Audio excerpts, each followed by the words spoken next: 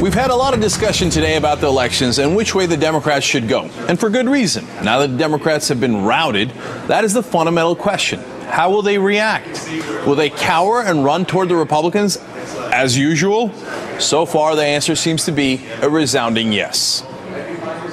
The question is going to be, can Democrats and Republicans sit down together and come up with a set of ideas that address those core concerns? I'm confident that we can. I think that there are some areas where it's going to be very difficult for us to agree on. But I think there are going to be a whole bunch of areas where we can agree on. Yeah, on Republican ideas. The Republicans will not concede to any of the Democratic ideas. In fact, what do the Republicans think about reaching out to Democrats? Well, it can be summarized in 2 words. Hell no. So far, John Boehner, Eric Cantor, and Mike Pence, all Republican leadership in the House, have all said that they will not compromise at all on their priorities and that there's no need for bipartisanship. Isn't that convenient now that they're in charge of the House? Unless, of course, it's Democrats bowing their heads and agreeing to Republican legislation. And today, Mitch McConnell doubled down on his statement that his main goal is not to improve the economy, to create jobs, or help the country, but to defeat President Obama.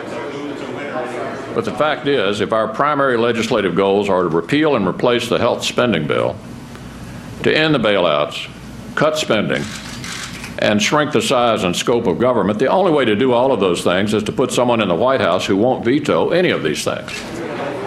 Mr. President, does it look like they want to work with you?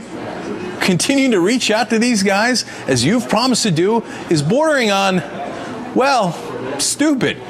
You reached out to them for 2 straight years. And how'd that work out for you? You see those elections? You see the results? It didn't work out too well, did it?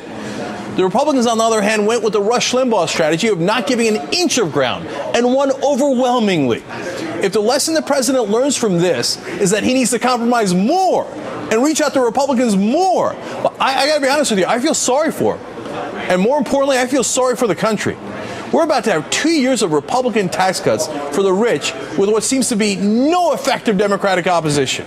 In fact, the president signaled that he'll sign off on those extra benefits for the rich today. And so it begins. This is all despite the fact that the Democrats have the White House and the Senate. That's what happens when you won't even fight for your own principles. That's fundamental weakness. And that's the Obama White House right now, unfortunately.